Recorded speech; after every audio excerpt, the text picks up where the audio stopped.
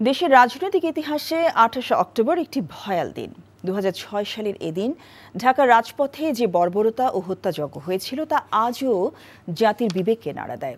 দিনটি স্মরণে পৃথক অনুষ্ঠানে বক্তারা ওই ঘটনার বিচার নিশ্চিতের পাশাপাশি এমন ঘটনা পুনরাবৃত্তি রোধে সবাইকে পরিবর্তনের পথে আসার আহ্বান জানান।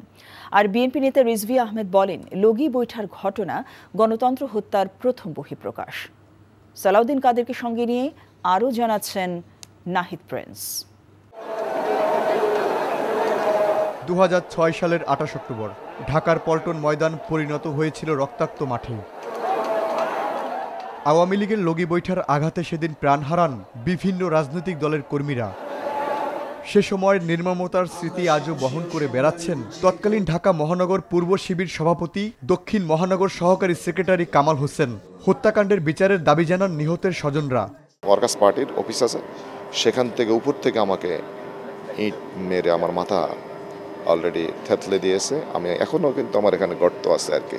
সেদিনের নিহতদের স্মরণে জাতীয় প্রেস ক্লাবে এক আলোচনা সভায় ডাকসু ভিপি সাদিক কায়েম সরকারের প্রতি গত ১৬ বছর ছাত্র শিবিরের গুম হওয়া নেতাকর্মীদের ফেরত পাওয়ার দাবি জানান। আর নিহতদের স্বজনদের আর্থিক ক্ষতিপূরণ সহ হত্যাকারীদের দৃষ্টান্তমূলক শাস্তির দাবি জানান জামায়াত নেতা রফিকুল ইসলাম খান।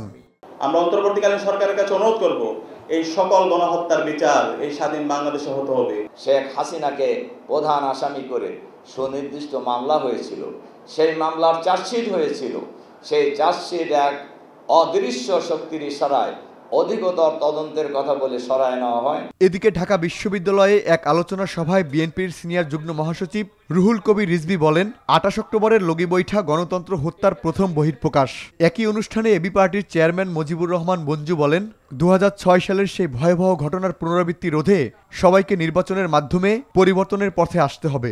যখন তাণ্ডব শেষ পর্যায়ে তারপরে আমাকে খবর দেওয়া হলো, জামাতের নেতৃবৃন্দের কাছে খবর দেওয়া হলো যে এইরকম রক্তাক্ত ঘটনা ঘটেছে, পাশবিক নির্মমতায় হত্যা করে সে লাশের উপর নৃত্য করছে ১৪ দলীয় নেতারা। আমরা বাংলাদেশ নতুন করে ঘুরে দাঁড়াবার নির্বাচন চাই। সুতরাং যারা বাংলাদেশকে নতুন করে ঘুরে দাঁড়াবার কথা বলবেন, আজকে তরুণদেরকে শপথ নিতে হবে, আমরা তাদেরকে ভোট দেব। বক্তারা বলেন, সেই ভয়াল দিনের স্মৃতি আজও দেশের মানুষ ভুলতে পারেনি। রাজনৈতিক সহিংসতা ঠেকাতে সবাইকে সচেতন থাকার আহ্বান জানান তারা।